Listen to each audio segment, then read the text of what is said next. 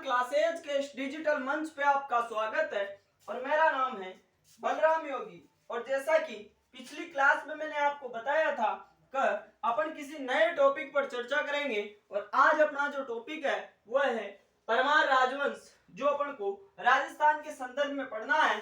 और परमार राजवंश के द्वारा अपने अगर राजस्थान में बात करें तो सिरोही वाले क्षेत्र पर शासन किया गया था। तो अपन इसको राजस्थान के संदर्भ में परमार राजवंश, या आप ऐसा समझ सकते हो कि सिरोही के परमारों का इतिहास, तो आप जो समझना चाहो वो समझ सकते हो, लेकिन अपन को राजस्थान के संदर्भ में परमार राजवंश की चर्चा करनी है।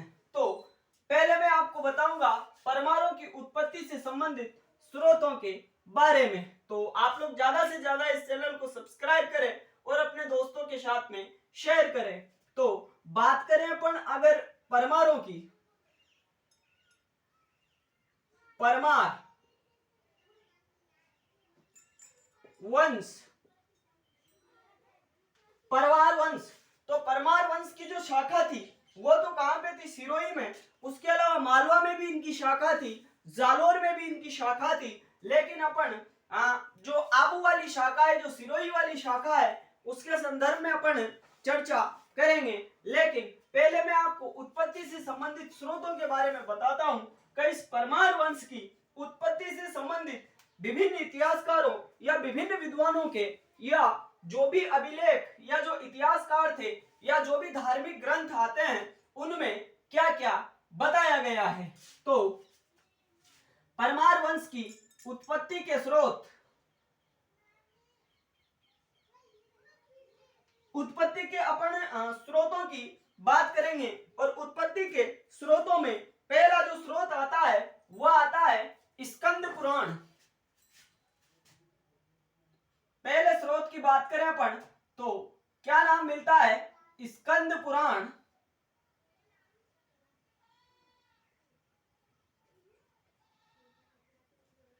और ये जो स्कंद पुराण है, इसके अंदर एक खंड काव्य आता है, एक खंड आता है जिसका नाम है प्रभास खंड।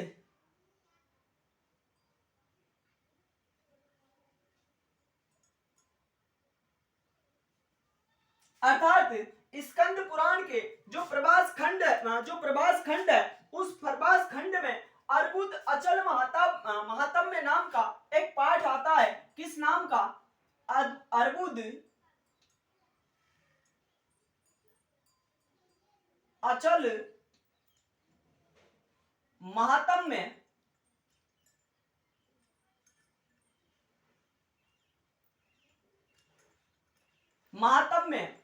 तो मैं ये कहना चाहता हूं कि ये जो स्कंद पुराण है, इसके अंदर एक प्रभास खंड आता है और प्रभास खंड में अर्बुद अचल महात्म्य नाम का एक पाठ है। और उस पाठ में ये बताया गया है कि जो गुरु वशिष्ठ है, इस अर्बुद अचल महात्म्य के अनुसार जो गुरु वशिष्ठ है,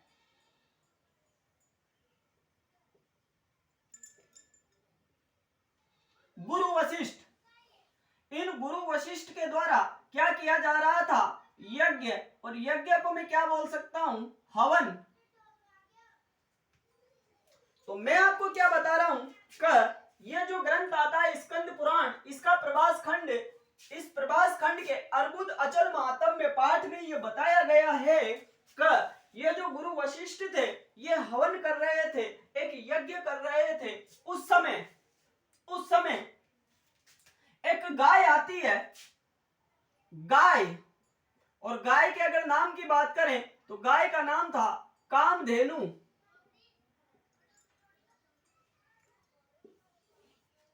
अर्थात गुरु वशिष्ठ जब हवन कर रहे थे तो उस समय ये जो गाय थी, कौन सी? कामधेनु। ये कामधेनु गाय अर्बुद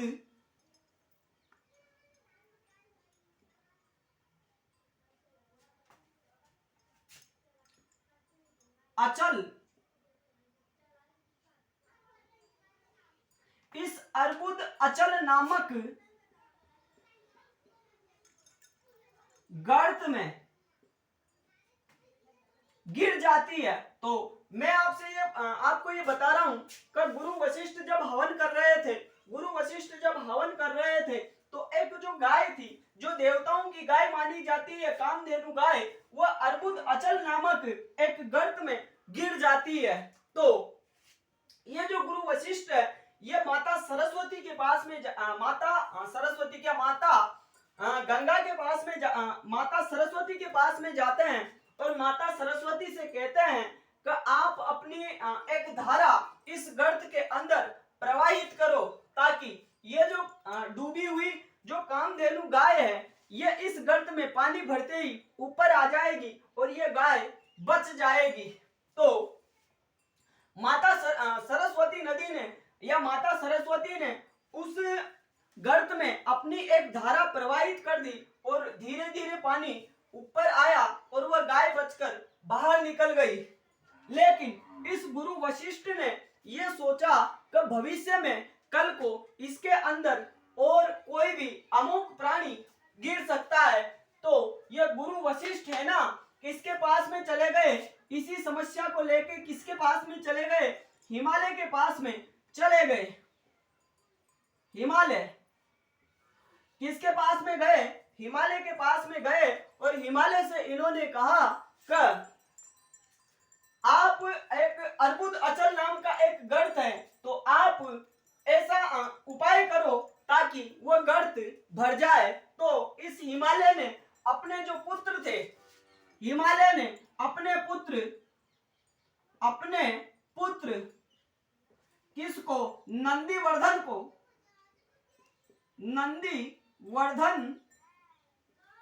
इस नंदीवर्धन को उस गर्त को भरने के लिए भेजा गया। लेकिन ये नंदीवर्धन क्या थे, अपंग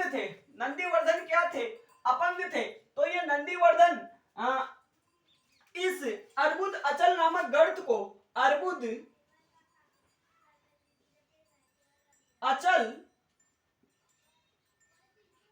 नामक गर्त, अर्थात ये नंदीवर्धन इस अर्बुद अचल नामक गर्त को भरने के लिए किस पे बैठकर आया, अर्बुद अचल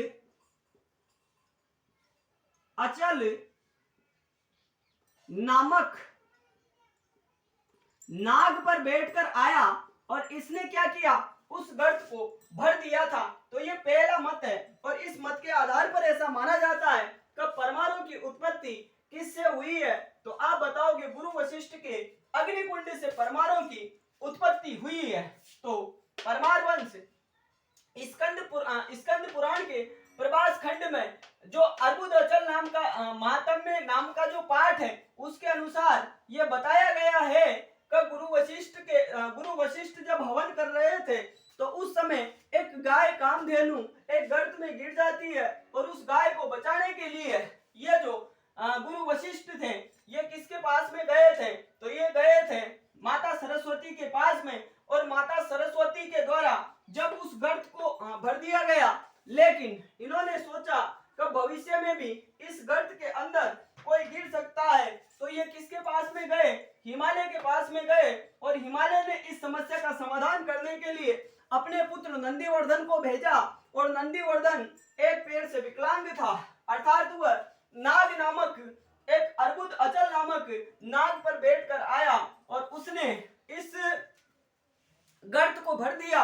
और यहीं से अर्बुद अचल को ही अपन वर्तमान का क्या कहते हैं, सिरोही कहते हैं। तो इस प्रकार इस सिरोही में इन परमाणुओं का ये उत्पत्ति से संबंधित पहला मत आता है जो मैंने आपको बताया है। तो कहीं ना कहीं अपन ये मान सकते हैं कि इन परमाणु की उत्पत्ति गुरु वशिष्ठ के अग्निकुंड से हुई है। तो ये वाली बात थी, तो आप इसको नोट आउट कर सकते हो।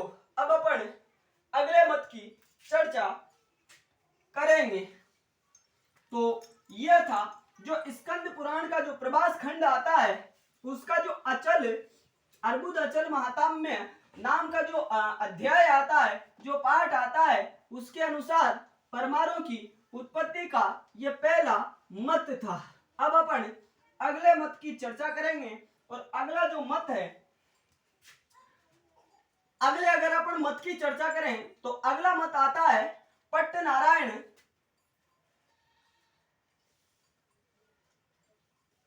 पट्टनारायण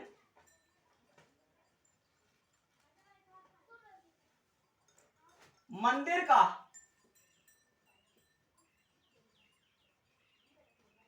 अभिलेख। और ये पट्टनारायण मंदिर कहाँ पे पड़ता है? सिरोही में ही ये मंदिर पड़ता है। और इस पट्टनारायण मंदिर के अभिलेख के अनुसार कैसे किस प्रकार से परमाणु को क्या बताया गया है वह मैं अब आपको बताने वाला हूं। तो इस पट्टनारायण मंदिर के अभिलेख के अनुसार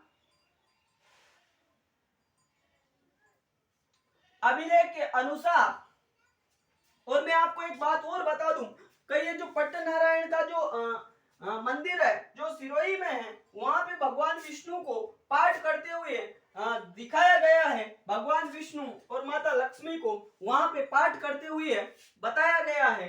तो ये जो पट्टनारायण मंदिर का जो अभिलेख है ये क्या बताता है कि एक बार क्या हुआ, भगवान विष्णु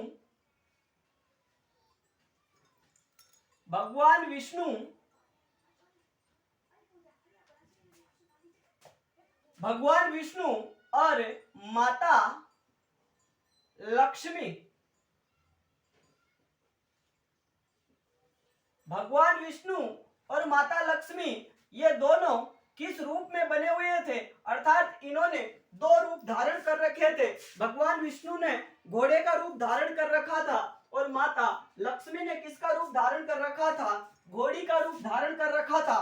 तो मैं यहाँ पे लिख सकता हूं भगवान विष्णु ने घोड़े का रूप धारण कर रखा था, घोड़ा, और माता लक्ष्मी ने घोड़ी का रूप धारण कर रखा था। और इन दोनों के संयोग से अर्थात इन दोनों के मिलन से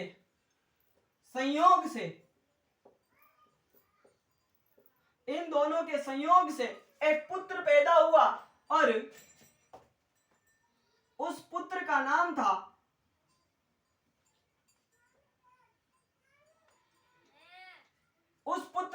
था हे हय।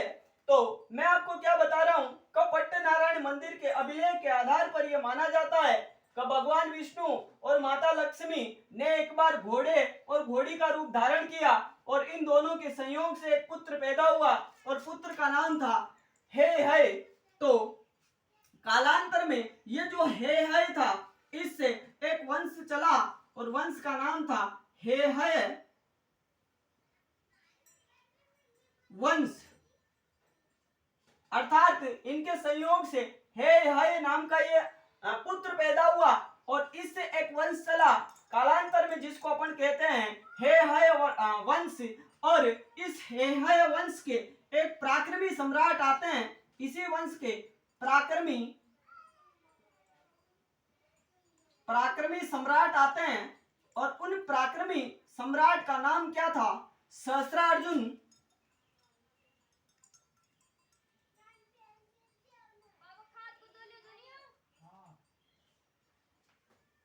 सहस्त्रार्जुन। तो इस हे हय राजवंश के प्रतापी शासक आते हैं कौन? सहस्त्रार्जुन। और इस सहस्त्रार्जुन के द्वारा जो ऋषि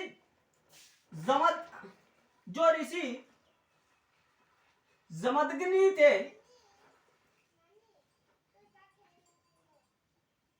अर्थात इस सहस्त्रार्जुन के द्वारा जो जमदग्नि जो ऋषि आते हैं इनका इन्होंने क्या कर दिया? सहस्त्रार्जुन ने क्या कर दिया? अपमान कर दिया। और अपमान करने पर इस ऋषि जमदग्नि ने अपने पुत्र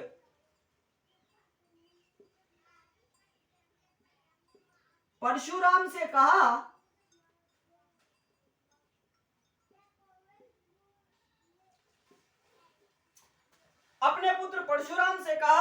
कि ये जो हे हय राजवंश का ये जो सहस्त्रार्जुन है इसने मेरा अपमान किया है। जब परशुराम ने ये बात सुनी तो परशुराम ने उस समय क्या कर ली? प्रतिज्ञा कर ली।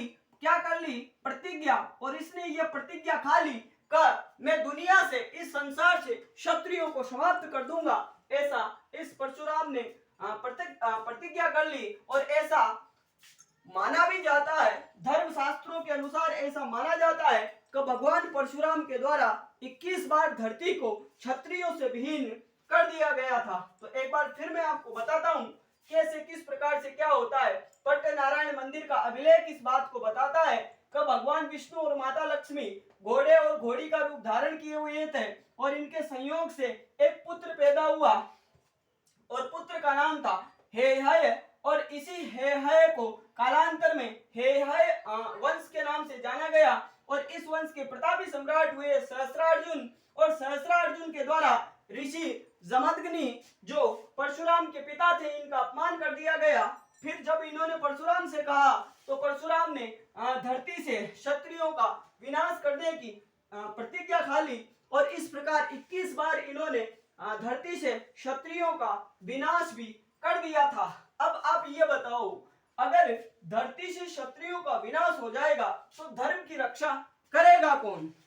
तो ऐसा माना जाता है कि जब पृथ्वी से परशुराम के द्वारा क्षत्रियों का विनाश कर दिया गया और जनता मुस्लिमों के आक्रमणों से या अन्य किसी बाहरी आक्रमणों से त्राही त्राही करने लग गई थी और इस प्रकार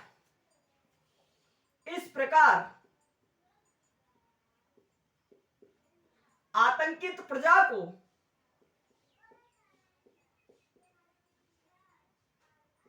को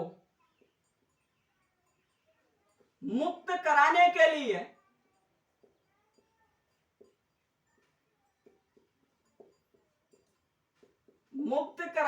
लिए क्या किया? गुरु वशिष्ठ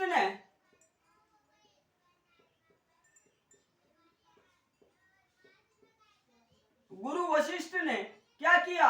अग्निकुंड से किनको पैदा किया? परमारों को। तो इस प्रकार से यह पट्ट नारायण मंदिर का अभिलेख भी इसी बात को बताता है कि ये जो परमार है इनकी उत्पत्ति किससे हुई है?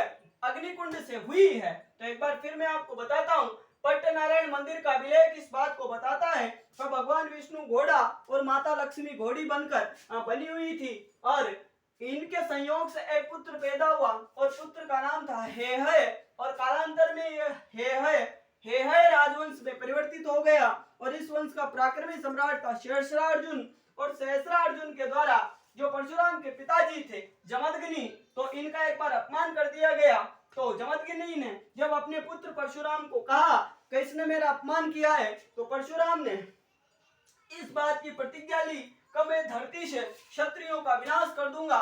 तो इन्होंने 21 बार धरती को क्षत्रियों से विहीन कर दिया था। फिर धर्म की रक्षा करने के लिए कुछ ना कुछ तो होना चाहिए था। तो धर्म की रक्षा करने के लिए और प्रजा को मुस्लिमों के या अन्य अरब आक्रमणकारियों के आक्रमण से मुक्त करवाने के लिए वापस गुरु वशिष्ठ के द्वारा अग्निकुंड किया गया और उस अग्निकुंड से 4 पुत्र पैदा हुए। एक थे प्रतिहार, दूसरे थे परमार, तीसरे थे चालुक्य और चौथे थे चौहान। तो ये दूसरा मत भी इसी बात को बताता है कि परमारों की उत्पत्ति गुरु वशिष्ठ के अग्निकुंड से हुई है। तो मैं आपसे ये कहना चाहता हूं, कभी अपन ने 2 मत पढ़े हैं, दोनों मतों में कहीं ना कहीं गुरु वशिष्ठ का नाम आता है। तो अपन इस बात तक पहुंच सकते हैं कि कहीं ना कहीं गुरु वशिष्ठ का इस आबू वाले क्षेत्र से रीजन तो रहा है। तो आप इसको नोट आउट कर सकते हो। इस प्रकार से ये मैंने आपको दूसरा मत बताया है। अब अपन तीसरे मत की चर्चा करेंगे। तो तीसरा जो मत आता है वह मालवा के एक शासक आते हैं परमार राजवंश के सिंधुराज। तो उनका एक अभिलेख है। तो उस अभिलेख के आधार पर क्या माना गया है वो भी मैं आपको बताता हूं। फिर अपन चंद्रवरदाय, मोणोदनैन ऋषि और कवि सूर्यमल मिश्रण के मत की भी चर्चा करेंगे जिसका समर्थन डॉक्टर दशरथ शर्मा करते हैं। तो यह था दूसरा मत। अब अपन तीसरे मत की चर्चा करने वाले हैं। और तीसरा जो मत आता है वह आता है, एक बुक मिलती है, एक ग्रंथ है,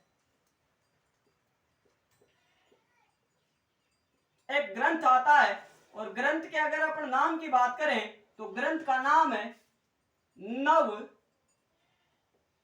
शशांक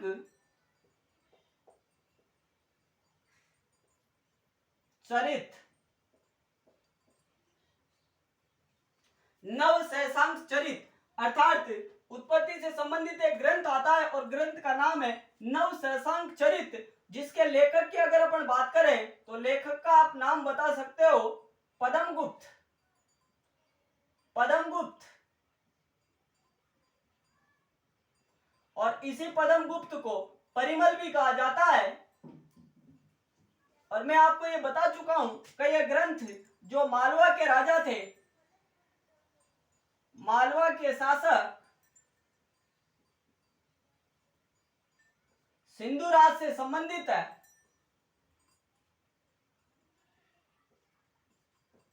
मालवा के जो शासक थे सिंधुराज, उनसे संबंधित है कौन सा ग्रंथ?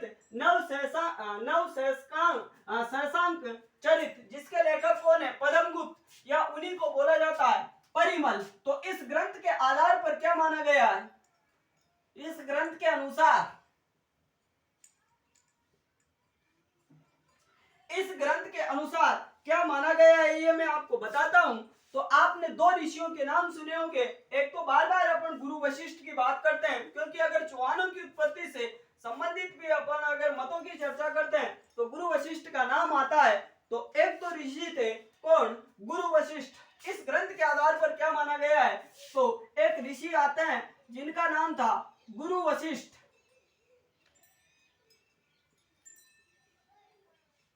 एक ऋषि कौन थे? गुरु वशिष्ठ। और दूसरे जो ऋषि थे उनका नाम था विश्वामित्र। विश्वामित्र। तो एक ऋषि थे गुरु वशिष्ठ और एक ऋषि थे विश्वामित्र। और नव शशांक चरित नामक ग्रंथ के आधार पर अपन ये चर्चा कर रहे हैं कि एक गुरु थे जिनका नाम था वशिष्ठ और दूसरे ऋषि थे जिनका नाम था विश्वामित्र। और इनके पास में, गुरु वशिष्ठ के पास में नंदिनी नामक एक क्या थी? गाय थी। तो आपको यही याद रखना है कि नव शशांक चरित के आधार पर यह माना गया है कि गुरु वशिष्ठ थे और गुरु वशिष्ठ के पास में एक गाय थी। कौन सी? नंदिनी नामक। जबकि अपन ने जब पहले मत की चर्चा की थी स्कंद पुराण के अनुसार, तो वहां पे अपन को कामधेनु गाय मिलता है, जबकि यहाँ पे कौन सी गाय आती है? नंदिनी नामक गाय आती है। तो यहाँ पे ये जो गाय है इसका ही नाम परिवर्तित है, बाकी मामला हुआ का वही है।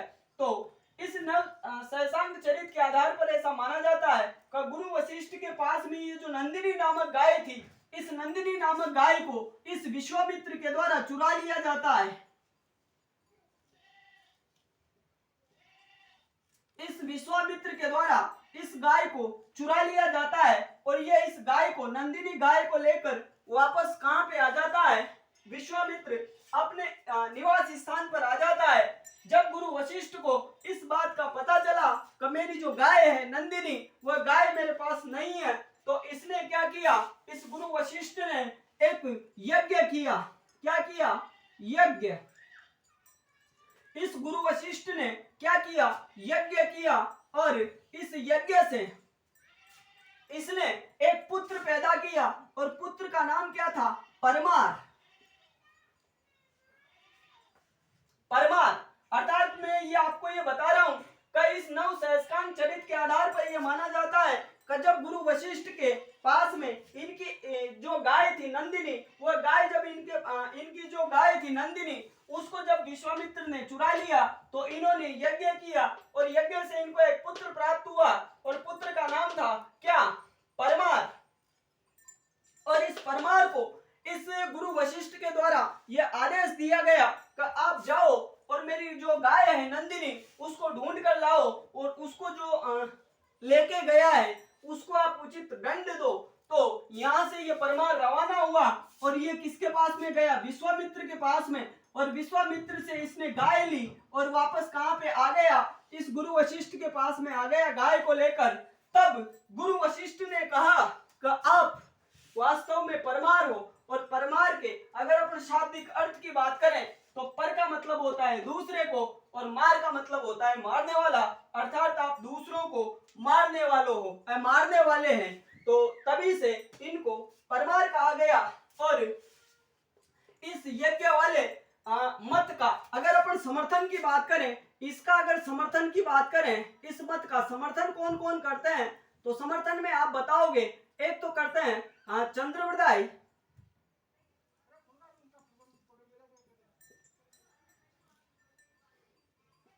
एक करते हैं कवि चंद्रवृदाई, एक करते हैं सूर्यमल मिश्रण,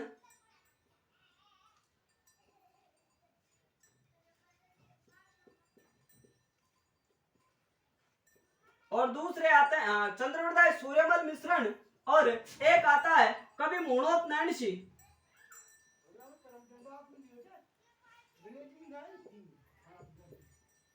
नैणसी तो गुरु वशिष्ठ के अग्निकुंड से परमाणु की उत्पत्ति हुई है, इस बात का समर्थन करते हैं ये तीनों विद्वान चंद्रवृदाई, सूर्यमल मिश्रण और मूणोत नैणसी। साथ में आप लिख सकते हो डॉक्टर दशरथ शर्मा भी और जीएस ओझा भी इसी बात का समर्थन करते हैं।